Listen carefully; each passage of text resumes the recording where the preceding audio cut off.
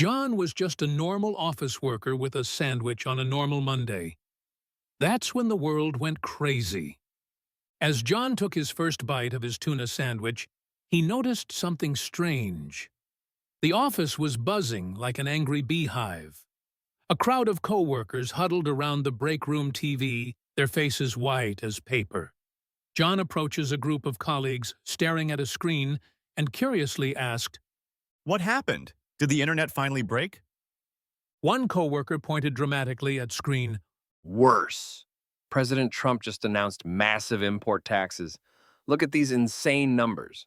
The numbers on the screen were so big they barely fit. John's sandwich dropped to the floor. John's brain exploded with panic calculations. Everything John loved was imported. Everything. John grabbed his hair and mumbled, My Vietnamese coffee, my Canadian eggs, my Italian bread. Shit, my life is over. John's imagination went into overdrive. He asked himself, Would eggs cost as much as gold? $50 for a sip of coffee? Oh my God, I'll have to sell my car just to stay awake. John looked at his paycheck and imagined it shrinking to the size of a gum wrapper, and his mouth mumbled, Must stock up. Must buy everything. The end is near.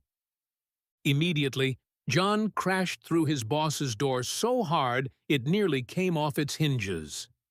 John bursting into boss's office, hair wild, tie flapping over his shoulder. Boss was surprised and spilled coffee. John, what in the world? John gasped dramatically. I need a day off. Tariff? Apocalypse now? Have you lost your mind? John already halfway out the window and answered, My salary won't even buy a coffee bean next week. The eggs, boss. Think of the eggs. The boss sat frozen, coffee dripping from his desk with mouth hanging open. Boss talked to himself. Is Trump trying to kill us all with these prices? Boss looked at his own imported silk tie and eyes widened. Wait, this tie comes from China.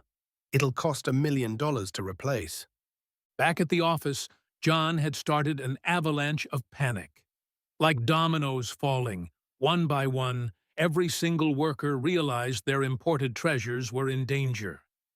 Marketing Mike dove headfirst down the stairs. Accounting Amy slid down the fire pole.